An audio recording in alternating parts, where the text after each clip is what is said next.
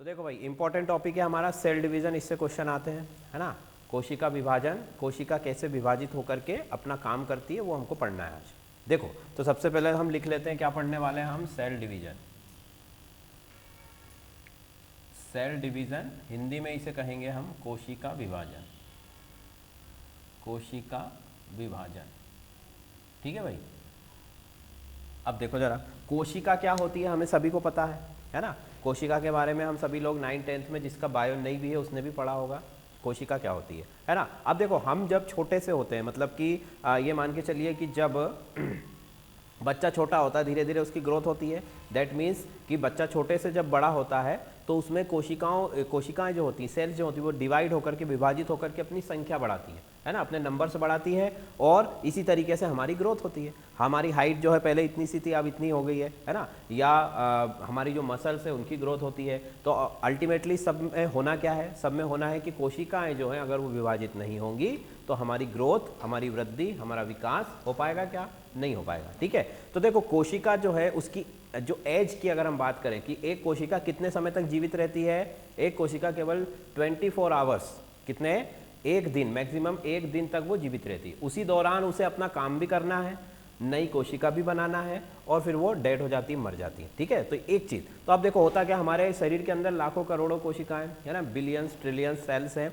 और वो सेल्स जो होती है, अब सेल्स चूंकि एक पर्टिकुलर एरिया पर काम करती है जिसको हम टिश्यू बोलते हैं, है ना। हमने पढ़ा था ना कि जो कोशिकाएं एक जैसी होती है वो मिलकर के ऊतक का निर्माण करती है। ऊतक ही अभी हमारा चल रहा था। तो ऊतक जो है, अब सेल को क्या क्या करना है, सेल की लाइफ में दो चीजें इंपॉर्टेंट है। सेल की लाइफ में दो चीजें कौन कौन सी इंपॉर्टेंट है, एक तो ग्रोथ करना, ठीक है, ग्रोथ, और दूसरा डिवीजन करना। कोशिका कौन से दो कार्य करती है, ग्रोथ करती है और डिवीजन करती है। इसके अलावा वो जिस भी टिश्यू से रिलेटेड होती है उस टिश्यू से रिलेटेड फंक्शन करती है। जैसे लीवर की सेल है तो वो जो लीवर में जो काम होता है वो सेल वही काम करेगी, है ना। जो पेट में जब आमाशय वगैरह जो हमारा होता है उसमें जो सेल्स हैं उनका जो काम है वो काम करेंगी। तो फंक्शन तो कर ही रही है अपने साथ में उसका जो बेसिक उसकी लाइफ के जो हिस्से हैं वो कौन कौन से हैं, वृद्धि और विभाजन। बात समझ में आ रही। तो वृद्धि का मतलब क्या होता है पहले तो ये बताइए। ग्रोथ का मतलब वॉल्यूम में बढ़ना, आयतन बढ़ना, आकार बढ़ना, ठीक है। जैसे हम छोटे से बड़े हो गए, अब छोटे से बड़े हुए तो इस दौरान हमारी संख्या तो एक ही है, पहले भी हम एक ही थे, अभी भी सिंगल ही है। डबल हुए क्या, नहीं हुए। हालांकि ग्रोथ में कुछ लोग डबल हो जाते हैं, उसको हम मजाक में कहते भी हैं कि ये डबल हो चुका है, मतलब पर व्यक्ति तो एक ही है। तो कहने का मतलब कि कोशिका ने वृद्धि तथा विकास किया। विकास का मतलब, वृद्धि का मतलब उसके आयतन में बढ़ना, उसके आकार का बढ़ना, उसके अंदर की जो जो मटेरियल है, जो जो चीज़ है वो भी अब हम सब देखने वाले हैं, तो उन सभी में वृद्धि होना, ठीक। दूसरा विभाजन का मतलब, डिवीजन का मतलब उसके नंबर्स में बढ़ना। एक कोशिका से 2 होगी, 2 से 4 होगी, 4 से 8 होगी, इस तरीके से होना। बैक्टीरिया हो, वायरस हो, वो भी सब यही काम करते हैं। और हमारी बॉडी की सेल्स जो है वो भी कंटिन्यूसली ये प्रोसेस चलता ही रहता है हमारे मरने तक। और हमें बुढ़ापा क्यों आता है, हम बूढ़े क्यों होते हैं, एज हमारी हमारे फेस से, हमारी बॉडी से दिखाई देने लगती है कि ये व्यक्ति अब बूढ़ा हो चुका। क्यों होता है उसका कारण, क्योंकि नई सेल्स का जो फॉर्मेशन है उसकी जो रेट है वो कम हो जाती है, नई कोशिकाओं का बनना जो है वो कम हो जाता है, इस वजह से हमें बुढ़ापा आ जाता है, ठीक है। तो अब देखो जरा कि कोशिका, जैसे हमारी स्किन है, स्किन में कंटिन्यूसली सेल्स झड़ते रहते हैं, डेड सेल्स, और नीचे से नए नए सेल्स आते रहते हैं, वो हमको पता नहीं लगता है ना। पर आपने कभी कोई क्राइम शो वगैरह देखा होगा ना, तो जो क्रिमिनल्स होते हैं, है ना, जो अपराधी होता है, उसके इस मृत कोशिकाओं का भी सैंपल कहीं से भी लिया जा सकता है। जैसे मैंने इस पेन को छुआ तो इस पेन से मेरे फिंगरप्रिंट्स तो मिलेंगे ही, साथ में मेरी जो डेड सेल्स हैं जो मेरी स्किन से लगातार निकलती रहती है, वो हमें दिखाई नहीं देती है, वो सेल्स भी इसके ऊपर आ जाती हैं। तो उससे भी जो है उसकी पहचान या आइडेंटिफिकेशन हो जाता है, ठीक है स्टूडेंट्स। चलो तो अब हम हमारे वापस यहाँ पर आते हैं। तो ग्रोथ का मतलब, तो देखो मान लो ये एक सेल है मेरे पास, इस सेल के अंदर एक न्यूक्लियस है, न्यूक्लियस के अंदर क्या होता है, क्रोमोसोम, ठीक है। ये हो गया हमारा क्रोमोसोम। क्रोमोसोम्स को हिंदी में कहते हैं गुणसूत्र, ठीक है भाई। तो ये गुणसूत्र है, ठीक है, और ये कोशिका है। तो अब जब कोशिका बढ़ती है आकार में, ग्रोथ की बात कर रहे हैं अभी, तो ग्रोथ में क्या होगा, उसका आकार बड़ा होगा इस तरीके से, ठीक है। उसके अंदर का जो मटेरियल है उसकी भी संख्या में क्या हो जाएगी, वृद्धि हो जाएगी, ठीक है। मतलब कि उसका आयतन बढ़ा, आकार बढ़ा, इसको हम कहेंगे कि ये क्या हुई है, ग्रोथ, ठीक। अब यही सेल मान लो इस तरीके से क्या हो रही है, आगे चल को चलो इसी में देख लेते हैं। आगे चल के इसमें डिवीजन हुआ। डिवीजन का मतलब कि इसमें दो भागों में बटी। कैसे बटी कि इस तरीके से एक सेल से दो सेल बन गई, ये एक ये दूसरी, ठीक, इसको कहेंगे डिवीजन। नंबर्स में बढ़ना डिवीजन और आकार में बढ़ना ग्रोथ। अच्छा, हमारे शरीर की ऐसी कौन सी कोशिका है, ऐसी कौन सी सेल्स हैं जिनमें डिवीजन नहीं होता कभी भी, ये भी क्वेश्चन पूछा जाता है। मस्तिष्क की कोशिकाएं जिनको हम क्या कहते हैं, न्यूरॉन्स। क्या कहा जाता है, न्यूरॉन्स।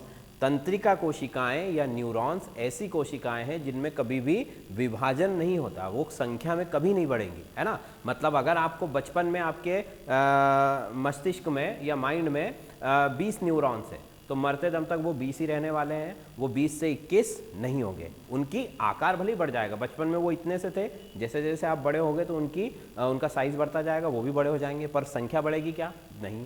इसी वजह से कहा, हाँ नहीं, डेड भी नहीं होती। डेड वो कब होगी, जबकि जैसे हमने कहा जाता है ना कि भाई हेलमेट लगा के चलो, सिर पे चोट लग गई, कोशिका खराब हो गई तो सिर की चोट नहीं भरती है, वो इसीलिए कहा जाता है क्योंकि न्यूरॉन्स का फॉर्मेशन नहीं हो सकता है, वो रिपेयर हो जाते हैं। जैसे डैमेज हुआ थोड़ा बहुत तो रिपेयर हो जाएगा, बट अगर पूरी तरह से कट हो गया, डैमेज हो गया, बीच में से अगर दो टुकड़े ही हो गए, कोशिका ने काम करना ही बंद कर दिया, तो फिर वो नया नहीं बन पाएगा। बात समझ में आ रही। इसीलिए सर को हमें सेफ हमेशा रखना चाहिए, ठीक। बॉडी में भी न्यूरॉन्स होते हैं पर वो बहुत गहराई में होते हैं, है ना, इस वजह से वो कोई ज़्यादा फर्क नहीं पड़ता है, वो लंबे लंबे होते हैं। पर यहाँ पर तो पूरा नेटवर्क है और यहीं से सारे निकलते हैं, इसी वजह से न्यूरॉन्स जो है बहुत ज़्यादा सेफ रखने की ज़रूरत होती है। चलो तो अब आगे चले।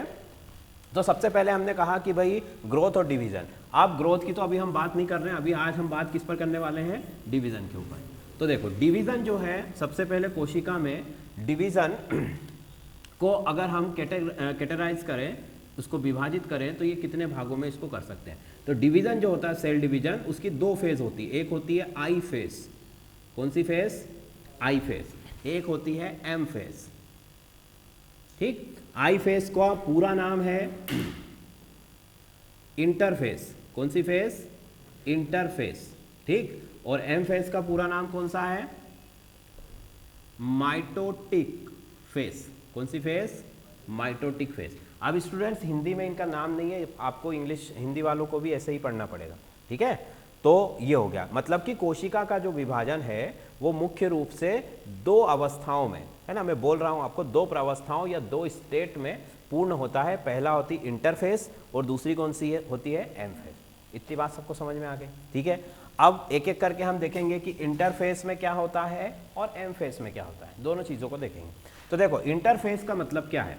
इंटरफेस का मतलब है कि इस फेस के अंदर, इसको अगर मैं डिवाइड करूं तो देखो यहां पर मैं लिख के बताता हूं आपको, ये मेरा हुआ G1, ये हुआ S और ये हुआ G2, ठीक है। अब इंटरफेज में कोशिका क्या क्या करती है। देखो हमने कहा कि कोशिका की जो उम्र है वो मात्र 24 घंटे है। इसी दौरान उसको सारी चीज़ें करके, अपना काम करके ख़त्म होना है और मरना भी है साथ में, वो भी उसका एक काम है। तो क्या करती है वो कि जैसे ही मान लो कोई नई कोशिका का निर्माण हुआ, ये न्यू सेल है ना, ये न्यू सेल है मेरे पास, तो ये न्यू सेल क्या करेगी, इंटरफेस की कंडीशन में, है ना, इसकी बात करूं मैं अभी, तो ये न्यू सेल क्या करेगी, पहले ग्रोथ करेगी, अपना वॉल्यूम बढ़ाएगी और साथ साथ में ये क्या करने जा रही है कि पोषण लेती जा रही है अपने आसपास के वातावरण से, है ना। मतलब जो खाने पीने की चीज़ें, जो न्यूट्रिएंट्स है आपके, है ना, पोषक तत्व, वो ग्रहण कर रही है साथ में और बढ़ती जा रही है, ठीक। दूसरा काम ये क्या कर रही है कि ये यहाँ पर प्रिपेयर होती है, किसके लिए, इसके जीवन का एकमात्र उद्देश्य क्या है, डिवाइड होना, डिवीजन करना, है ना। तो ये खाना खा रही है, पी रही है बढ़िया, और साथ में अपना काम भी कर रही है, जो भी जितने 4-5 घंटे जो भी वो काम करेगी। उसके बाद इसको क्या करना है, डिवाइड होना है। डिवाइड जैसे ही होगी तो इसका अस्तित्व खत्म हो जाएगा। भाई ये कोशिका दो कोशिकाओं में विभाजित हो जाएगी, है ना। हालांकि वो जैसे ही डिवाइड होगी तो दो कोशिकाएं बनेगी नई, फ्रेश। उन नई कोशिकाओं को जो है फिर से अलग अलग सेल का यही काम होगा। पहले न्यू सेल ने यहाँ पर ग्रोथ किया, ग्रोथ करने के बाद फिर वो क्या कर लेगी, फाइनली अपने फंक्शंस करेगी, जो भी जिस काम के लिए वो बनाई गई है, और फिर फंक्शंस के बाद वो डायरेक्ट क्या हो जाएगी, डिवाइड, मतलब कि डिवीजन हो जाएगा। और इस तरीके से ये प्रोसेस हमेशा चलता रहता है। तो अगर मैं इंटरफेस की बात करूं, इस पूरे कोशिका के जो चक्र है इसको सेल साइकिल भी बोला जाता है। क्या बोला जाता है, सेल साइकिल या कोशिका चक्र। तो या सेल डिवीजन भी कह सकते हैं हम उसे, और सेल साइकिल भी कह सकते हैं। अगर नाम दूसरा आ जाए तो कंफ्यूज होने की जरूरत नहीं है। अब देखो एक एक करके बताता हूँ कि इस फेस में कोशिका क्या क्या काम करती है। है ना। इंटरफेस को हम इस तरीके से लिख सकते हैं हिंदी में, पर इसका हिंदी में कोई नाम नहीं है ना। इंटरफेस, इंटरफेस में पहला काम कोशिका क्या करती है, रेस्ट करती है, मतलब विश्राम करती है, आराम करती है। भाई नई नया उसका जन्म हुआ है, इसकी वजह से वो क्या करती है, थोड़ा सा रेस्ट करती है, विश्राम करती है, वो कोई काम नहीं कर रही होती उस समय, ठीक। दूसरा काम क्या करती है इसके बाद, ये रेस्ट करने के बाद ये क्या करती है कि ये ऑब्टेन न्यूट्रिएंट्स, ठीक है, मतलब कि पोषक तत्व ग्रहण करती है। बात समझ में आई। पोषक तत्व ग्रहण करती है, कहाँ से ग्रहण करेगी, अपने इन्वायरमेंट से, जो सराउंडिंग इन्वायरमेंट है, आसपास का वातावरण, उससे पोषक तत्वों को क्या करेगी, ग्रहण करेगी, ठीक। ग्रहण जैसे ही करेगी तो क्या होने लगेगी, इसमें ग्रोथ होने लगेगी, मतलब कि वृद्धि होने लगेगी, ठीक है भाई, वृद्धि होने लगेगी। वृद्धि के बाद क्या करेगी, वृद्धि के बाद अपने फंक्शंस भी ये साइमल्टेनियसली कर रही है ना, फंक्शंस भी ये कर रही है, मतलब अपने जो भी कार्य हैं इसके, जिसको ये करने के लिए इसका जन्म हुआ है, उन कार्यों को भी कर रही है। और फाइनली फिर लास्ट में जाकर के ये क्या हो जाती है, प्रिपेयर टू डिवीजन, ऐसा लिख सकते हैं हम, प्रिपेयर टू डिवीजन, ठीक है, विभाजन के लिए तैयार होती है, विभाजन के लिए तैयार होती है। अब वो तैयारी कैसी है वो भी मैं बताऊंगा, ठीक। बात समझ में आ रही। पहले क्या किया, रेस्ट, जैसे ही नई कोशिका बन के आई, रेस्ट किया, पोषक तत्वों को ग्रहण किया, खाना पीना स्टार्ट किया, उसके बाद उसकी वृद्धि हुई, वृद्धि के बाद वो अपने फंक्शन करेगी, फंक्शन के बाद अगली डिवीजन के लिए ये क्या हो जाएगी, तैयार हो जाएगी, ठीक। अब देखो ये जो पूरा प्रोसेस है इंटरफेस का, इसको हम 3 स्टेप में लिखते हैं, G1, S और G2, है ना। इनका क्या मतलब होता है वो देखो, G1 का मतलब है कि पहला गैप, G का मतलब क्या है, गैप। गैप का मतलब जब इसने ये रेस्ट कर रही है तो उस पीरियड को हम क्या कहते हैं कि गैप लिया हुआ है, जैसे हम ब्रेक लेते हैं ना, वैसे इसने क्या लिया, कोशिका ने गैप ले लिया, ठीक। S का मतलब है सिंथेसिस, सिंथेसिस मतलब निर्माण करना, किस चीज का निर्माण कर रही है भाई ये। और G2 का मतलब फिर से क्या हो गया, गैप हो गया, है ना। ये गैप 2 बार लेती है, एक बार पहले और एक बार बाद में, है ना। अगर मैं यहाँ पर इस तरीके से ड्रॉ करूँ तो देखो, कोशिका का जब निर्माण हुआ तो हम ये कह सकते हैं कि भाई ये होगा उसका G1 वाला फेस, हो गया S1 वाला, फिर ये G2 वाला, और G2 के बाद जो है ये डिवीजन करना शुरू कर देती है और वापस से फिर न्यू सेल बना लेती है, ठीक है। अभी पूरी प्रोसेस हम बहुत अच्छे से और डायग्राम्स के थ्रू समझेंगे।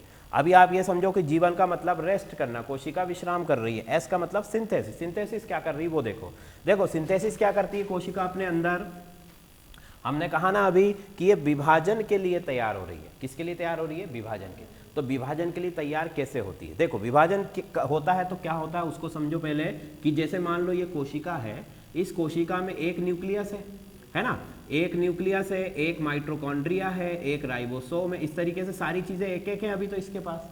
पर जब ये डिवाइड होगी तो जितनी चीजें एक कोशिका में उतनी अगली में भी उसको देना पड़ेगी कि नहीं पड़ेगी भाई। जैसे मान लो कि अगर वो होता ना जायदाद का बंटवारा कभी होता है घर में, तो जो चीज़ें 2 होती हैं वो तो हम आसानी से दे सकते हैं, भाई एक तू रख ले और एक तू रख ले। तो वैसे ही कोशिका के पास तो सारी चीज़ें सिंगल ही है, एक माइटोकॉन्ड्रिया, एक ER, एक राइबोसोम, सब चीज़ें एक एक है। तो अभी तो इसको क्या करना है कि सभी का डुप्लीकेट बनाना है। क्या बनाना है, डुप्लीकेट।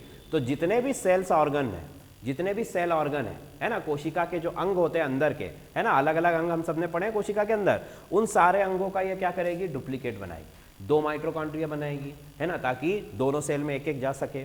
उसके बाद में ये क्या करेगी, 2 लाइसोसोम बनाएगी ताकि दोनों सेल में एक एक जा सके। उसी तरह ये क्या करती है कि बाहर के जो अंग है कोशिका के, नाभिक से बाहर के, न्यूक्लियस के बाहर के, उनका डुप्लीकेशन बनाना तो आसान है, पर जो नाभिक का जो मेल मटेरियल कहाँ है कोशिका का, केंद्रक में, नाभिक में, जिसको हम इंग्लिश में क्या कहते हैं, DNA RNA, न्यूक्लियस जो है हमारा, उसके अंदर DNA RNA, तो उस DNA RNA का भी क्या होता है, रेप्लिकेशन। क्या होता है, रेप्लिकेशन। भाई एक कोशिका में ही अगर पूरा DNA चला गया, दूसरी में कुछ नहीं गया, तो वो अगला डिवीजन कर पाएगी क्या, नहीं कर पाएगी। वो किसी काम की है क्या, नहीं है। DNA तो सारी इंफॉर्मेशन है, तो वो क्या करती है, DNA को भी रेप्लिकेट करती है। DNA मतलब जेनेटिक मटेरियल, है ना। वो कैसे होता है वो आगे हम समझेंगे। तो हम यहाँ पर एक और लाइन इसमें लिख सकते हैं कि ये जो सिंथेसिस वाला प्रोसेस है, इस प्रोसेस में कोशिका क्या कर रही है, इस प्रोसेस में कोशिका कर रही है फॉर्मेशन, किस चीज का, फॉर्मेशन ऑफ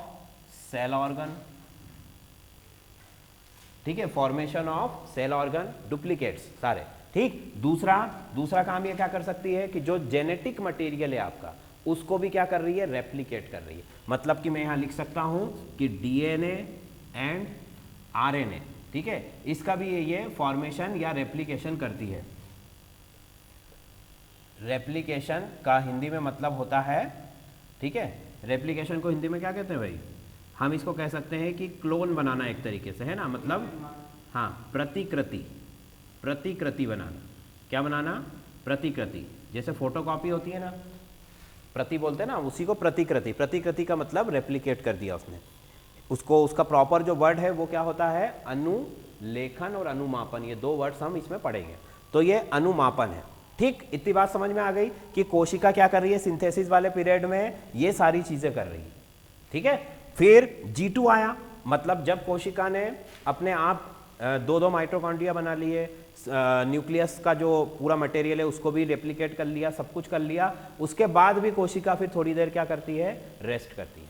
मतलब रेस्ट दो बार करती है, एक तो जैसे ही वो उसका जन्म होता है तब करती है, बीच में कुछ काम करती है और फिर से क्या करती है, रेस्ट।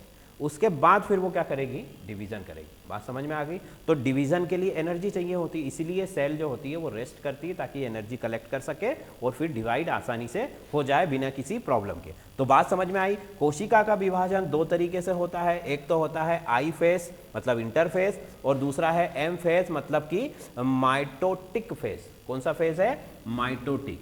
तो इतना जल्दी से उतार लो, माइटोटिक फेस। आप देखो ये सब चीजें हो गई। अब आगे चलते हैं हम, इसको मैं थोड़ा सा पहले हम ये बता देता हूं कि हम डिवीजन में कितने तरह के डिवीजन हम पढ़ने वाले हैं। कोई बता सकता है क्या कि डिवीजन कौन कौन से? समसूत्री और अर्धसूत्री। विषम सूत्री भी है पर वो अभी आज नहीं पढ़ेंगे हम। आज तो हम केवल माइटोसिस पढ़ने वाले हैं। मियोसिस और माइटोसिस पढ़ा है हम सभी ने। माइटोसिस का मतलब क्या होता है, समसूत्री विभाजन, ठीक है, वो सब हम देखने वाले। तो देखो कहां पर होगा वो। अभी हमने यहां लिखा था एम फेस, इसको पूरा हमने समझ लिया इसके अंदर क्या क्या होता है। अब इसके अंदर क्या होता है वो देख लो जरा। इसके अंदर जो एम फेज है इसके अंदर 2 स्टेप फिर से होते हैं। फर्दर इसका क्लासिफिकेशन किस में किया गया है, 2 स्टेप्स में, है ना। पहली जो स्टेप्स होती है इसके अंदर वो होती है कैरियोकाइनेसिस। क्या होती है, कैरियोकाइनेसिस, कैरियोकाइनेसिस, ठीक। दूसरी जो स्टेप होती है वो कौन सी होती है, साइटोकाइनेसिस, साइटोकाइनेसिस, साइटोकाइनेसिस, ठीक है भाई, बात समझ में आ गई। कैरियोकाइनेसिस का मतलब क्या होता है वो समझो। कैरियो का मतलब क्या होता है, कैरियो का मतलब होता है न्यूक्लियस। क्या होता है, न्यूक्लियस, ठीक है, मतलब नाभिक। और काइनेसिस का मतलब क्या होता है, काइनेसिस का मतलब है टूटना, ठीक है, या डिसोशिएट होना या डिवीजन होना। डिवीजन पढ़ रहे हैं तो हम डिवीजन ही लिख लेते हैं, डिवीजन होना, ठीक है। तो काइनेसिस का मतलब कि विभाजन, और कैरियो का मतलब नाभिक। तो इस स्टेप में क्या होता है, नाभिक का विभाजन होता है, ठीक है। इसके अंदर कोई विभाजन नहीं हुआ, इसके अंदर सिर्फ वो प्रिपेयर हुई है। अब जब डिवीजन होगा इस फेस में होगा। इस फेस में क्या होगा, पहले न्यूक्लियस डिवाइड होगा, अंदर ही चीजें हो जाएंगी, और लास्ट में क्या होगा, साइटोकाइनेसिस, ठीक है। मतलब जितना भी सेल डिवीजन है वो सब पहले किस में कंप्लीट हो जाएगा, खुद सेल के अंदर ही कंप्लीट हो जाएगा, है ना। और सेल जब बाहर टूटेगी 2 भागों में तो पूरा प्रॉपर मटेरियल लेकर वो अलग हो जाएगी। और दूसरे स्टेप में यहाँ पर कोई भी ऐसा डिफिकल्ट हमें टर्म, हमारे अंदर 23 है, अगर 24 हो गए, 23 की जगह 24 हो गए तो क्या हो जाएगा, फिर हम इंसान नहीं रहेंगे, हम कुछ और बन जाएंगे।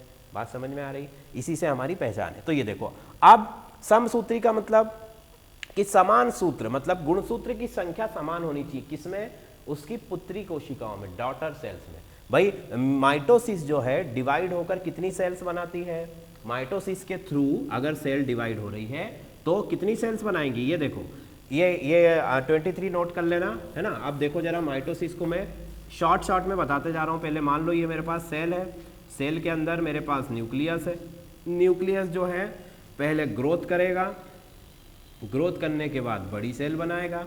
अब क्या हो रहा है बड़ी सेल के अंदर वो देखो, बड़ी सेल के अंदर क्या होता है कि पहले सारी चीज़ों का डुप्लीकेशन हो चुका है, मतलब कि रेप्लिकेशन हो चुका है। रेप्लिकेशन के बाद यहाँ पर इस तरीके से 2 न्यूक्लियस हमारे पास आ चुके हैं और फाइनली जो सेल है वो आप देखोगे कि इस तरीके से ये डिवाइड हो जाएगी, ठीक है, और 2 नई कोशिकाओं का निर्माण जो है वो करेगी।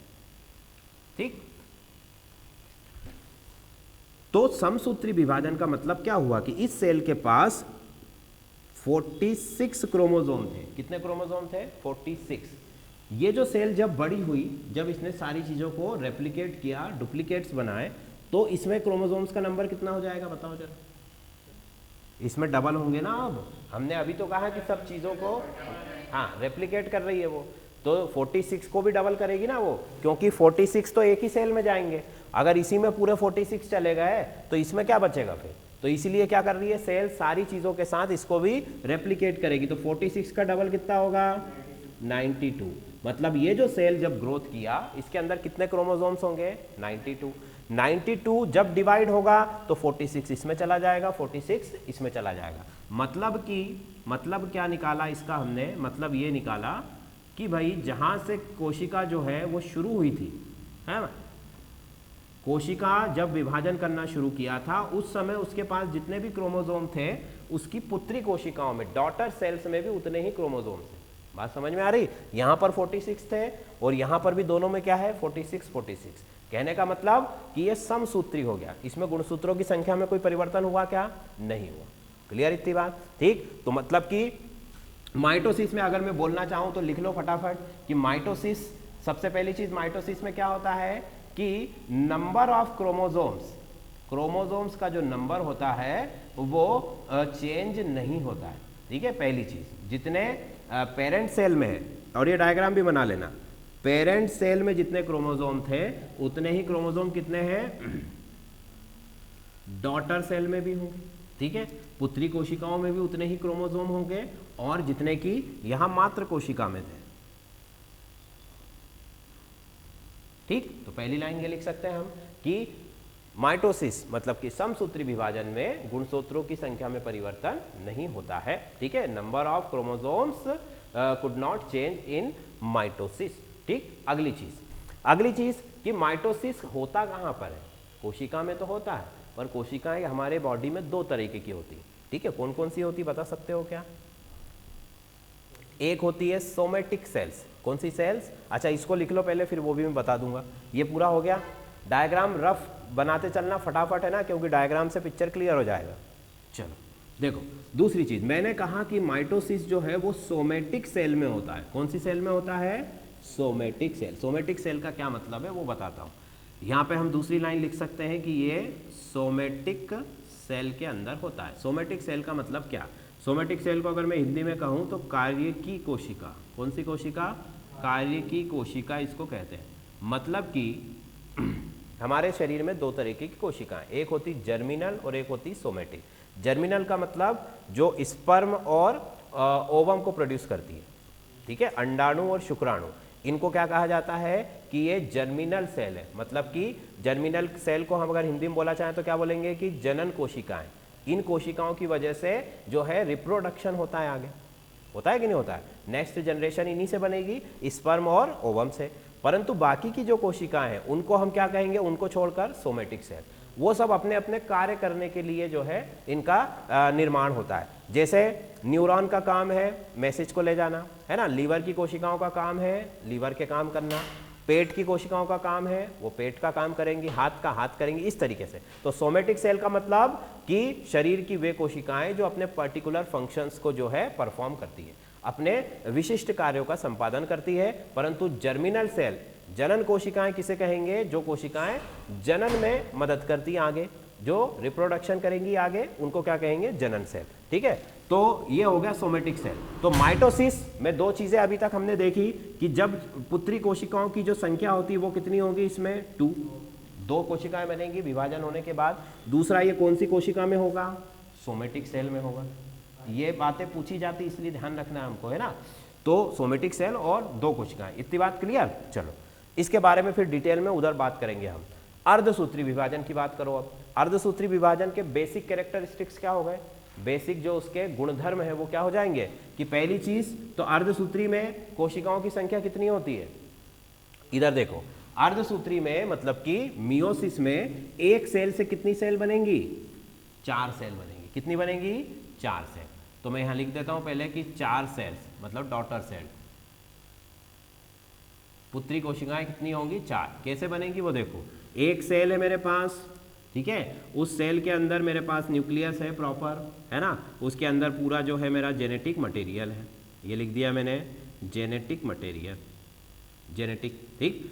फिर जब ये विभाजन की ओर आगे बढ़ती है तो सबसे पहले तो ये वही काम करने वाली है, क्या करने वाली है, अपना आकार बढ़ाएगी और सारी चीज़ों को क्या करेगी, डबल करेगी, जेनेटिक मटेरियल को भी क्या करेगी, डबल करेगी, ठीक। तो देखो जेनेटिक मटेरियल ही हमारे लिए सबसे इंपॉर्टेंट है कोशिका के लिए, बाकी की जो चीज़ें हैं वो तो कोशिका खुद भी बना सकती है ना, पर जेनेटिक मटेरियल उसको पिछली कोशिका से ही मिलेगा।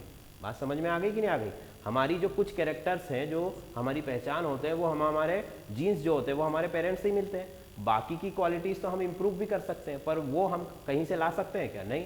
तो वैसे ही सेल का जो जेनेटिक मटेरियल है वो उसको दूसरी पिछली सेल से ही मिलता है, बाकी की ऑर्गन्स अगर उसमें नहीं भी है तो वो खुद भी उसका काम कर सकती। तो देखो क्या हुआ कि जेनेटिक मटेरियल पहले बढ़ा, है ना, इस तरीके से इसकी संख्या में बढ़ोतरी हुई, ये देखो। अच्छा, इसको मैं इस तरीके से बनाता हूँ, थोड़ा सा अच्छा लगेगा ये देखो, जैसे ये जेनेटिक मटेरियल है मेरे पास, है ना, इधर भी मैंने जेनेटिक मटेरियल बनाया, ठीक।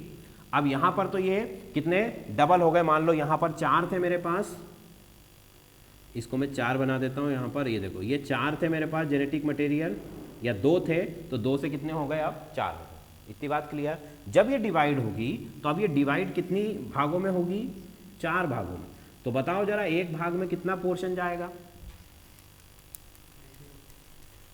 भाई, 4 गुणसूत्र है मेरे पास अगर, तो एक कोशिका में कितना, एक ही जाएगा, है ना। तो एक कोशिका में एक ही जाएगा, मतलब इस सेल के पास एक गया, इस सेल के पास भी एक गया, इस सेल के पास भी क्या हुआ है, सिंगल, और इस सेल के पास भी सिंगल। बात समझ में आई कि नहीं आई।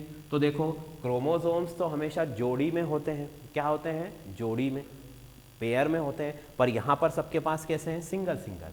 मतलब कि अगर मैं नंबर्स लिखूं तो मेरे पास यहाँ 46 थे, है ना, 46 के यहाँ पर कितने हो गए, 92।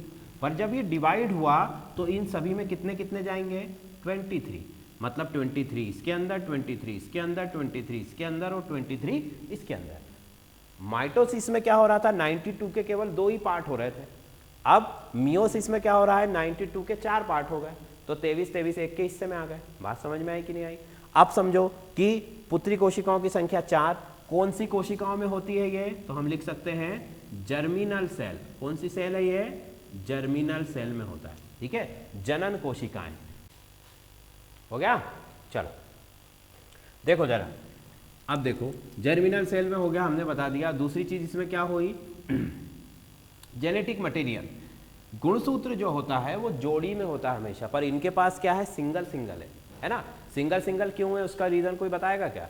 क्योंकि ये जो सेल बनी इसको हम क्या कहेंगे, अगर मेल में होगा तो इसको स्पर्म बोलेंगे, और अगर फीमेल में होगा तो क्या बोलेंगे, ओवा या ओवम, है ना, यही बोलेंगे।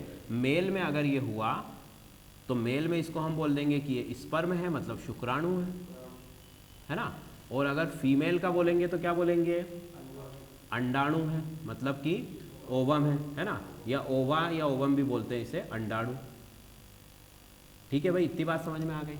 तो देखो जो जाइगोट फॉर्मेशन होता है, मतलब भ्रूण का जो निर्माण होता है वो कैसे होता है, उसमें आधा हिस्सा अंडाणु का होगा, आधा हिस्सा शुक्राणु का होगा। मतलब कि ये जो स्पर्म है यहाँ से 23 गुणसूत्र लेके जा रहा है, और 23 उसको कहाँ से मिल जाएंगे, अंडाणु से मिल जाएंगे। बात समझ में आ रही कि नहीं आ रही। स्पर्म के पास 23 क्रोमोसोम है, और उसी तरीके से जो अंडाणु है उसके पास भी क्या है, 23। तो 23 मिलके वापस कितने हो जाएंगे, 46। बात समझ में आ गई। तो जर्मिनल सेल जो है उसमें गुणसूत्रों की संख्या कितनी होती है, आधी, क्योंकि आधी उसको दूसरी जर्मिनल सेल से मिल जाता है, और इस तरीके से नेक्स्ट जनरेशन बन जाती है। बात समझ में आ गई। अगर यहीं से वो पूरे 46 लेकर जाती तो वहां से भी 46 आते तो कितने हो जाते, 92, तो वो फिर दूसरी स्पीसीज बन जाती फिर। बात समझ में आई कि नहीं आई। तो इसी वजह से जर्मिनल सेल में कौन सा विभाजन होता है, मियोसिस। मियोसिस में अर्धसूत्री, सूत्र का आधा हो चुका है, गुणसूत्र क्या हो चुका है, आधा, इसीलिए इसका नाम क्या है, अर्धसूत्री। क्लियर, इतनी बात सबको समझ में आ गई। तो ये तो अभी हमने बेसिक इंफ्रास्ट्रक्चर समझा इसका, अब इसको भी समझेंगे, पर उससे पहले हम इसको देख लेते, नहीं तो हमारा समय ही समाप्त हो जाएगा आज का। माइटोसिस आज हमको कवर करना है पूरा। कौन सा पढ़ेंगे आज हम, माइटोसिस। ठीक, क्या क्या होता है माइटोसिस में, देखो आप सेल डिवीजन का पहला स्टेप मैंने यहाँ पर क्या लिखा था, आई फेस। आई फेस मतलब इंटरफेस, ठीक है, इंटरफेस हो गया। तो इसको तो मैंने बता दिया आपको क्या क्या होता है, अब इसको पढ़ते हैं हम। तो एम फेस, एम फेस का नाम क्या बोला था मैंने, माइटोटिक फेस। कौन सा फेस, माइटोटिक फेस, ठीक है भाई, माइटोटिक फेस, माइटोटिक अवस्था। तो माइटोटिक अवस्था जो है उसमें दो स्टेप पढ़ेंगे, कैरियोकाइनेसिस, साइटोकाइनेसिस। कैरियोकाइनेसिस में क्या है, कैरियोकाइनेसिस में नाभिक का विभाजन होगा, और साइटोकाइनेसिस में साइटोप्लाज्म का डिवीजन होगा। साइटोप्लाज्म मतलब कोशिका द्रव्य का, ठीक है। पहले नाभिक टूटेगा, दो हिस्सों में बटेगा, उसके बाद कौन टूटेगा, कोशिका द्रव्य पूरा विभाजित हो जाएगा। अब इसको 4-5 फेज है इसकी, प्रोफेज, मेटाफेज, एनाफेज और टीलोफेज। प्रोफेज के अंदर दो है, अर्ली और लेट। अब देखो एक एक करके हम इनको डायग्राम के थ्रू समझते हैं कि प्रोफेज इसमें, मेटाफेज में क्या होता है, प्रोफेज में क्या होता है, ये सब चीजें देखो। अब सबसे पहले हम लेते हैं प्रोफेज। प्रोफेज के अंदर क्या क्या हो रहा है देखो जरा, ये लिया मैंने प्रोफेज, है ना। प्रोफेज में भी मैं ले लेता हूं अर्ली, अर्ली प्रोफेज, ठीक है। अर्ली प्रोफेज में क्या क्या चीजें हो रही देखो जरा। अर्ली प्रोफेज में क्या हो रहा है, अर्ली प्रोफेज के अंदर सबसे पहले ये मैं बनाता हूं सेल, ठीक है। सेल ने क्या किया, सेल ने, हमें पता है कि जो आपका ग्रोथ वाला पोर्शन था उसमें सेल ने ऑलरेडी चीज़ों को डबल करके बना चुकी है। जो आई फेज बताया ना अभी, उसी में कोशिका ने अपने अंदर सारी चीज़ों का क्या कर चुकी है, रेप्लिकेशन कर चुकी है और आकार में बढ़ चुकी है। तो हम बड़ी कोशिका ले रहे हैं। बड़ी कोशिका मतलब कि इसमें क्या क्या चीज़ें हुई देखो जरा, ये आपका जेनेटिक मटेरियल, ये जेनेटिक मटेरियल मेरा, है ना। दो जेनेटिक मटेरियल बन चुके हैं, मतलब कि एक ही कोशिका के अंदर इस तरीके से हम देखेंगे तो क्या क्या परिवर्तन हो रहे हैं। तो पहले मैं उसको बता देता हूँ, फिर डायग्राम के थ्रू समझाऊंगा। पहली चीज़ क्या हुई, पहली चीज़ हुई कि जो गुणसूत्र है आपका क्रोमोजोम, क्रोमोजोम में क्या होने लगी, क्रोमोजोम कुंडलित होने लगा। क्या होने लगा, कुंडलित। कुंडलित का मतलब क्या होने लगी, उसमें कॉइलिंग होने लगी, ठीक है। क्या होने लगी, कॉइलिंग। कॉइलिंग का मतलब क्या, कि क्रोमोजोम आप देखोगे कि यहाँ पर बहुत ही बिखरा हुआ पड़ा है, कैसा है, स्प्रेड है, ठीक है। जैसे कि हमने धागों का गुच्छा रख दिया है, एक धागा है उसका हमने गुच्छा रख दिया जो कि प्रॉपर किसी चीज़ में लपेटा भी नहीं गया है, ऐसा पड़ा हुआ है वो कोशिका के अंदर। अब कॉइलिंग का मतलब क्या, कॉइलिंग का मतलब इस तरीके से ये प्रॉपर क्या हो रहा है, कॉइल बना रहा है। देखो जरा, इसने ये इस तरीके से कॉइल बनाना शुरू कर दिया, ठीक। और क्रोमोजोम तो हमेशा जोड़ी में ही होता है, तो ये इस तरीके से ये कॉइलिंग करने लगता है। बात समझ में आई कि नहीं आई। तो पहला प्रोफेज के अंदर, अर्ली प्रोफेज के अंदर क्या हो रहा है कि जो, अब देखो कोशिका को नई कोशिका बनाना है तो सब चीज़ों को अरेंज तो करना पड़ेगा ना। हम भी कहीं नई जगह जाते हैं तो सब चीज़ें अरेंज करते हैं। तो अब सबसे पहले क्या अरेंज होगा, जरूरी चीज़ सबसे क्या है, न्यूक्लियस के अंदर क्या है, क्रोमोजोम, डीएनए। तो उस डीएनए को क्या करना शुरू करती है, वो कुंडलित करना शुरू करती है, मतलब कि उसको कॉइलिंग करना शुरू कर देती है। तो पहला हम क्या लिख सकते हैं कि कॉइलिंग मतलब कुंडलन या कुंडलित होना। क्रोमोजोम क्या हो रहे हैं, कुंडलित हो रहे हैं, पहली चीज, ठीक है। दूसरी चीज क्या कर रही है कोशिका इसके अंदर, ठीक है। दूसरी चीज जो ये कर रही है, कॉइलिंग के बाद ये क्या करना चाह रही है, कॉइलिंग के बाद जो न्यूक्लियस का मेम्ब्रेन दिखाई दे रहा है आपको, ये न्यूक्लियस का जो मेम्ब्रेन है ये क्या होने लगता है, डिसअपीयर। डिसअपीयर मतलब अदृश्य होने लगती है, समाप्त होने लगती है, ठीक है। ये जैसे मान लो मेरा न्यूक्लियस है ना, तो ये न्यूक्लियस के अंदर मेरा जेनेटिक मटेरियल है इस तरीके से। तो ये जो न्यूक्लियस की मेम्ब्रेन है ये क्या हो रही है, अब अदृश्य हो रही है, गायब हो रही है, मतलब कि धीरे धीरे वो क्या होने लगी है, डिसॉल्व होने लगी है, ठीक है, खत्म होने लगी है। खत्म होगी तभी तो आगे काम होगा, पहले पुरानी चीज़ों को खत्म करना पड़ेगा तभी जाके नई चीज़ बनेगी। बात समझ में आई, ठीक। दूसरा देखो, अगला इसमें चेंज क्या होता है, डिसअपीयर हो गया। डिसअपीयर क्या हो गया, मेम्ब्रेन ऑफ न्यूक्लियस, में लिख देता हूं, ये मेम्ब्रेन ऑफ न्यूक्लियस, न्यूक्लियस जो है वो डिसअपीयर हो गया, ठीक, मतलब सॉरी मेम्ब्रेन। दूसरा, नाभिक के अंदर एक और चीज होती है जिसको बोला जाता है, केंद्रक के अंदर क्या होती है, केंद्रिका। केंद्रिका भी सुना है ना, न्यूक्लियोलस। तो न्यूक्लियोलस भी क्या हो जाती है, डिसअपीयर हो जाती है, ठीक है, अदृश्य होने लगती है, समाप्त होने लगती है, ठीक है। न्यूक्लियोलस भी जो है वो डिसअपीयर होने लगी, ठीक। क्या क्या चीज़ें हो गई, क्रोमोसोम कुंडलित होने लगा, नाभिक की जो ऊपरी जो उसकी परत है या उसको क्या कहते हैं हम, मेम्ब्रेन, है ना, मेम्ब्रेन क्या होने लगी, वो भी खत्म होने लगी। दूसरा न्यूक्लियोलस जो केंद्रिका थी वो भी क्या होने लगी, डिसॉल्व होने लगी। इतनी बात सबको समझ में आ गई। अब इसको जरा देखो, डायग्राम भी मैं तुमको बता देता हूँ कि कैसे हो रहा है इसके अंदर। तो देखो ये न्यूक्लियस जो था पहले,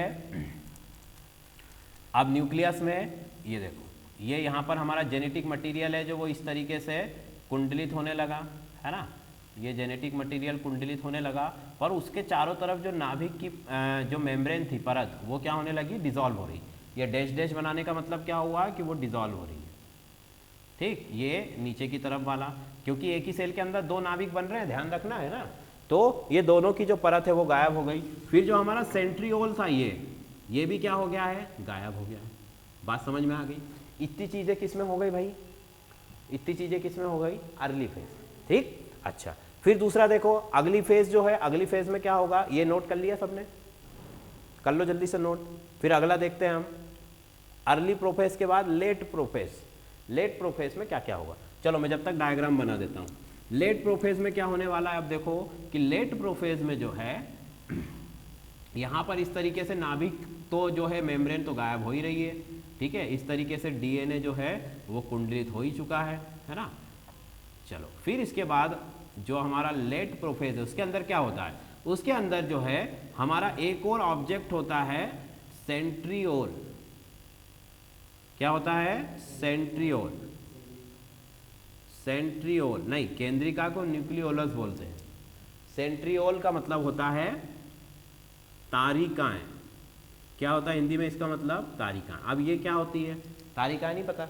सेल के अंदर एक पॉइंट होता है, ठीक है, जैसे ये सेल है, ये न्यूक्लियस है, यहाँ पर दो पॉइंट होते हैं, इनको बोला जाता है सेंट्रियोल, सेंट्रियोल्स, ठीक है। सेंट्रियोल मतलब तारिकाएं। ये क्या काम करती है वो देखना अभी। तो ये क्या करना शुरू हो गई लेट प्रोफेज के अंदर। लेट प्रोफेज के अंदर पहला काम ये करेंगी कि ये पोल्स की तरफ जाने लगती है।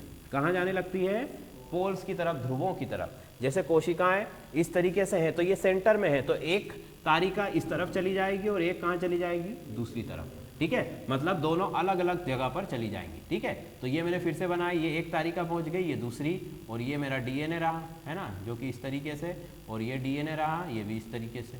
तो ये जो सेंट्रियोल है ये क्या हो गई, पोल्स की तरफ चली गई, ठीक। तो हम यहाँ लिख सकते हैं कि सेंट्रियोल मतलब कि हिंदी में इनको क्या कहते हैं, तारिकाएं। तारिकाएं जो है ये ध्रुवों की तरफ चली जाती है, ध्रुवों की ओर चली जाती है, ठीक। मतलब कि इनका जो मूवमेंट हो रहा है वो कहाँ हो रहा है, टुवर्ड्स पोल्स, पोल्स की तरफ ये जा चुकी है, ठीक। फिर क्या करती है, पोल्स की तरफ धीरे धीरे जाना इनने शुरू कर दिया।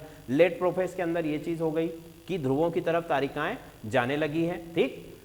क्लियर इतनी बात। इतनी चीज लेट प्रोफेज में हो गई, इतनी चीज क्या हो गई, लेट प्रोफेज के अंदर हो चुकी है, ठीक। अब देखो, अब दूसरा जो है प्रोफेज फेज हमारी खत्म हो चुकी है। प्रोफेज के बाद अब कौन सी शुरू होगी, मेटाफेज, ठीक। मेटाफेज में क्या होगा, देखो इनको याद रखने का तरीका अभी आपको मैं बताऊंगा कि ये कैसे याद हो गई कि ये सबको, है ना, आसान है, वैसे तो हो ही जाएंगी। मैं एक तरीका और इनके नाम में जो है उसी से हम इसको समझ सकते हैं। तो देखो अब हम चलते हैं मेटाफेज की तरफ। मेटाफेज में क्या होगा, मेटाफेज में जो है, मेटा का मतलब होता है मध्य में, मिडिल। क्या होता है, मध्य में, मिडिल। तो मिडिल में क्या होगा, मिडिल में ये होगा कि जितने भी ये क्रोमोसोम्स हैं, है ना, इन क्रोमोसोम्स को सबको सेंटर में अलाइन कर दिया जाएगा। क्या कर दिया जाएगा, सेंटर में जो है एक लाइन में खड़ा कर दिया जाएगा। कैसे करोगे, तो देखो उसका डायग्राम बना देता हूं मैं। ये रही मेरे पास सेल, ये रही एक ऊपर तारिका, ये नीचे तारिका। जितने भी क्रोमोसोम है मेरे पास, उन सभी को क्या कर दिया मैंने, सेंटर में इस तरीके से क्या कर दिया, अलाइन कर दिया। बात समझ में आ गई, ठीक है। तो अलाइनमेंट हो गया, केंद्र बीच की पट्टी जो है उसमें सारी की सारी जो तारिकाएं हैं, सारी की सारे जो क्रोमोसोम्स है, गुणसूत्र हैं, उनको एक लाइन से खड़ा कर दिया। बात समझ में आ गई। केवल इतना ही काम होता है किसमें, मेटाफेज में। इसके बाद एक और काम होता है कि यहां से थ्रेड्स निकलते हैं। क्या निकलते हैं, थ्रेड्स, धागे नुमा संरचनाएं। जो इन क्रोमोसोम्स को पकड़ लेती हैं। क्या कर लेती है? क्रोमोसोम्स को पकड़ लेती है। एक्चुअल में जहाँ पर क्रोमोसोम दोनों जोड़ होता है ना, ये यहाँ पर एक प्रोटीन होता है, वो प्रोटीन इन धागों के साथ जुड़ जाता है, ठीक है। तो इन्होंने धागे के थ्रू इनको पकड़ लिया, है ना, जैसे हम लगाम खींचते हैं ना, वे इस तरीके से इन्होंने खींच के पकड़ रखा मेटाफेज के अंदर, जिसकी वजह से सारे गुणसूत्र एक लाइन में व्यवस्थित हो गए और उनको पीछे से या धागे से इनने केंद्रिकाओं ने पकड़ रखा है। ठीक, इतनी बात क्लियर। ये सब चीज़ कहाँ पर हो रही है? मेटाफेज में। प्रोफेज में क्या क्या हुआ बता दिया। मेटाफेज में सिर्फ बहुत कम काम होगा, आगे की जितनी भी फेज है उनमें ज़्यादा काम नहीं है, जो भी काम होना था वो सब इसमें हो चुका है और इंटरफेज में हो चुका है ना। ये तो जो फेज है ये बहुत ही सिंपल है सब, तो मेटाफेज में सबको अलाइन कर दिया गया है। ठीक, अब एनाफेज में क्या होगा? एनाफेज में जो है, जो तारिका हैं, अब जिन धागों से उनको पकड़ा हो उन धागों को खींचना शुरू करेंगे अपनी तरफ। मतलब एना का मतलब होता है बैक, पीछे की तरफ, तो एना मतलब कि बैक मतलब पीछे की तरफ। अब जो है ये जो तारिकाएं, जो सेंट्रियोल्स हैं, ये इन धागों को अपनी ओर खींच रही है ना। तो खींचने की वजह से क्या होगा भाई? जो गुणसूत्र है वो भी क्या हो जाएंगे? उनकी तरफ खींचते चले जाएंगे। आधे उस तरफ खींच लेंगी और आधे इस तरफ खींच लेंगी। बात समझ में आ रही कि नहीं आ रही? तो एनाफेज का मतलब मैं यहाँ अगर लिखूँ तो एनाफेज जो है मेरे पास, एनाफेज किसको कहते हैं? एनाफेज का, एना का मतलब होता है बैक, ठीक है। बैक का मतलब पीछे की तरफ खींचना। ठीक, तो ये जो तारिकाएं, ये जो सेंट्रियोल्स है, इन्होंने इन गुणसूत्रों को पकड़ के क्या करना शुरू कर दिया? पीछे की तरफ खींचना शुरू कर दिया। ठीक, अब खींचेगी तो कैसा डायग्राम बना सकते हैं हम? खींचेंगे तो ये देखो इस तरीके से ये जाने लगे। अब कहाँ पर? ये जाने लगे ध्रुवों की ओर, ठीक है। ये देखो ये ध्रुवों की तरफ जो है ये जाने लगे, खींचने लगे। ठीक, और यहाँ से ये सब कुछ हट चुका है और ध्रुवों की तरफ जा रहा है। उन्होंने पोल्स बना करके उनको धागे से बांध करके खींच लिया। क्लियर इतनी वहाँ? ठीक है, ये कौन सी फेज में हो रहा है? एनाफेज। अब बची क्या? टीलोफेज। टीलोफेज का मतलब क्या है? टीलो का मतलब ये होता है कि पोल की तरफ वो पहुंच चुका है पूरी तरीके से, है ना। पोल की तरफ ये क्या हो चुकी है? अब जो भी गुणसूत्र है वो क्या हो चुके हैं वहाँ पर? अभी इन्होंने चलना शुरू कर दिया था मेटाफेज से, एनाफेज में भी चले और कहाँ पर पहुँच गए? टीलोफेज। टीलोफेज का मतलब है कि अब जो गुणसूत्र है हमारे सारे के सारे वो अपने अपने डेस्टिनेशन पर पहुंच चुके हैं। मतलब कि इस तरीके से यहाँ पर आ गए हैं, ठीक है, और ये भी क्या हो गए हैं? यहाँ पर आ गए। ठीक, इतनी बात समझ में आई सबको? अब क्या होगा आने के बाद? देखो टीलोफेज भी एक इंपॉर्टेंट फेज है। इसमें क्या क्या हो रहा है? एक तो ध्रुवों पर पहुंच गए, दूसरी चीज अब जो क्वाइलिंग हुई थी ये वापस से खुलने लगती है। क्या क्या होने लगता है? कि यहां पर जो है अकुंडलन शुरू हो जाता है, ठीक है, कि एक क्वाइलिंग हो जाती है। जो आपका गुणसूत्र इस तरीके से क्वाइल हुआ था कि नहीं हुआ था, वो क्या होने लगता है? वापस इस तरीके से खुलने लगता है। ठीक, और खुलने के बाद वो क्या होता है? ये जो इसका डायग्राम बनेगा वो इस तरीके, जैसी पहली स्टेट में थी वैसा का वैसे ही बन गया, वो वापस फिर से फैल गया। ठीक है, फिर से फैल गया। तो पहला कि ध्रुवों पर पहुंच गया, दूसरा इसमें अकुंडलन होना शुरू हो गया, मतलब उसकी क्वाइलिंग जो है वापस खुलने लगी, खत्म होने लगी। ठीक है, जैसे रस्सी के जो बल होते हैं ना, तो बल खुल जाते हैं, उसी तरीके से इसके भी सारे जो क्वाइल्स थे, वो कुंडल थे, वो सब क्या हो गए? खुल गए। ठीक, पहली चीज। दूसरा, याद करो अर्ली प्रोफेज में क्या क्या चीजें गायब हुई थी? न्यूक्लियस की मेम्ब्रेन गायब हुई थी। तो न्यूक्लियस की मेम्ब्रेन अब यहाँ पर क्या होने लगेगी? वापस दिखाई देने लगेगी। मतलब ये देखो, ये मेरा डीएनए आरएनए, मतलब आपका जो नाभिक का पूरा मटेरियल है। अब न्यूक्लियस की मेम्ब्रेन इस तरीके से वापस दिखाई देने लगेगी। ठीक है, वापस क्या होने लगी है? दिखाई देने लगी। ये देखो वापस दिखाई देने लगी। तो हम यहाँ पर लिख सकते हैं कि जो नाभिक की झिल्ली है ना, न्यूक्लियस मेम्ब्रेन जो है हमारे पास, ये मेम्ब्रेन जो है ये अपीयर होने लगेगी। ठीक है, अपीयर होने लगेगी मतलब दृश्य हो जाएगी, अब दिखाई देने लगेगी। और क्या चीज गायब हुई थी वहां से बताओ? न्यूक्लियोलस, मतलब केंद्रिका गायब हुई थी। तो यहां पर लिख दो हम, केंद्रिका भी अब वापस से क्या हो जाएगी? अपीयर हो जाएगी। न्यूक्लियोलस मतलब कि केंद्रिका भी यहां पर दिखाई देने लगेंगी। तो ये देखो मैंने केंद्रिका बना दी, एक यहाँ पर और एक यहाँ पर। बात समझ में आ रही? तो जितनी चीजें गायब हुई थी वो सब अब क्या होने लगी? वापस आने लगेगी। और न्यूक्लियस धीरे धीरे जो है ये पूरा इस तरीके से फॉर्म हो जाता है। ठीक है, ये न्यूक्लियस धीरे धीरे पूरा क्या हो गया? फॉर्म होने लगा। बात समझ में आई सबको? ठीक है, ये चारों फेज है। पहली फेज में क्या क्या हुआ? चीजें गायब हुई, है ना। दूसरी फेज में गुणसूत्रों को एक साथ एक लाइन में जमा किया, तीसरे में उनको खींच लिया गया, चौथे में वो पहुंच गए वहां पर और जो चीज़ें गायब हुई थी वो सारी वापस आ चुकी। ठीक है, बहुत ही सिंपल प्रक्रिया है यहाँ पर, है ना। प्रोफेज, मेटाफेज, एनाफेज और टीलोफेज। क्लियर इतनी बात। अब देखो आगे क्या होता है, आगे कौन सा स्टेप बचा हुआ है, साइटोकाइनेसिस। तो कोशिका ने एक आधा काम पूरा कर लिया, केंद्रक को विभाजित कर लिया, है ना। केंद्रक को विभाजित कर लिया, 2 केंद्रक उसने बना लिए, दोनों केंद्रक एक जैसे हैं, उन दोनों में 46 क्रोमोसोम्स है, उन दोनों में जो है उसका मटेरियल है, न्यूक्लियोलस है, सारी चीज़ें व्यवस्थित हो गई। अब कोशिका को सिर्फ क्या करना है, 2 भागों में टूटना है। वो जो लास्ट स्टेप है सेल डिवीजन का, उसके लिए अब क्या हो गई है, तैयार। तो चलो वो भी बता देते हैं। फिर क्या किया उसने अंत में क्या किया, अंत में उसने किया साइटोकाइनेसिस। साइटोकाइनेसिस में क्या हुआ, ये देखो, ये हमारे पास कोशिका, एक न्यूक्लियस इसमें यहाँ पर है, ठीक है, उसमें डीएनए है, एक न्यूक्लियस यहाँ पर है, उसमें भी डीएनए है। अब ये क्या करती है भाई, धीरे धीरे इस तरीके से ये देखो, ये डिवाइड होना शुरू कर देती है। ठीक है, ये न्यूक्लियस, ठीक, धीरे धीरे आगे जाएगी तो क्या हो जाएगा, फिर ये 2 अलग अलग कोशिकाओं में क्या हो जाएगी, विभाजित हो जाएगी। दोनों में न्यूक्लियस आ गया, दोनों में क्रोमोसोम आ गए, सारे सेल ऑर्गन आ गए। मतलब कि यहाँ पर हमारा सेल डिवीजन जो है वो क्या हो गया, कंप्लीट हो गया। बात समझ में आई। साइटोकाइनेसिस लास्ट स्टेप, उस स्टेप में क्या होता है, उस स्टेप में कोशिका 2 भागों में टूट जाती है। जो भी उसका कोशिका द्रव्य है वो 2 समान भागों में क्या हो जाता है, विभाजित हो जाता है, टूट जाता है। ठीक, यहाँ पर हमारी सेल ने एक सेल से 2 सेल का निर्माण कर लिया।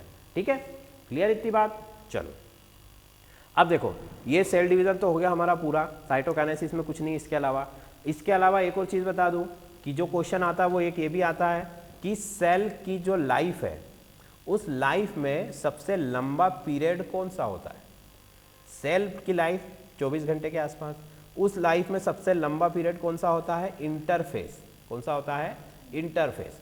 जो इंटरफेस है वही सेल का वो समय है जिसमें वो सबसे ज़्यादा समय बिताती है, मतलब उसके बाद तो डिवीजन शुरू हो जाता है ना। तो इंटरफेस जो है वो सेल का सबसे लॉन्गेस्ट टाइम पीरियड होता है। ठीक है, ये बात भी इसमें आपको ध्यान रखनी है। फिर माइटोसिस, माइटोसिस तो हमने पढ़ ही लिया है, अब मियोसिस पढ़ेंगे हम कल। ठीक है, तो विभाजन का मतलब क्या है, कोशिका अपनी जैसी 2 कोशिकाओं का निर्माण करे या 4 का करे, उसको हम कहेंगे कि विभाजन हुआ। ठीक है, तंत्रिका कोशिकाओं में विभाजन नहीं पाया जाता है। जर्मिनल सेल, जनन कोशिकाओं में जो विभाजन होता है उसमें गुणसूत्रों की संख्या आधी रह जाती है। बात समझ में आ रही सभी को। इस तरीके से ये विभाजन हमारा कंप्लीट हो गया। अब कल हम मियोसिस और एमाइटोसिस को खत्म कर देंगे, तो ये सेल डिवीजन पूरा हो जाएगा। Clear student.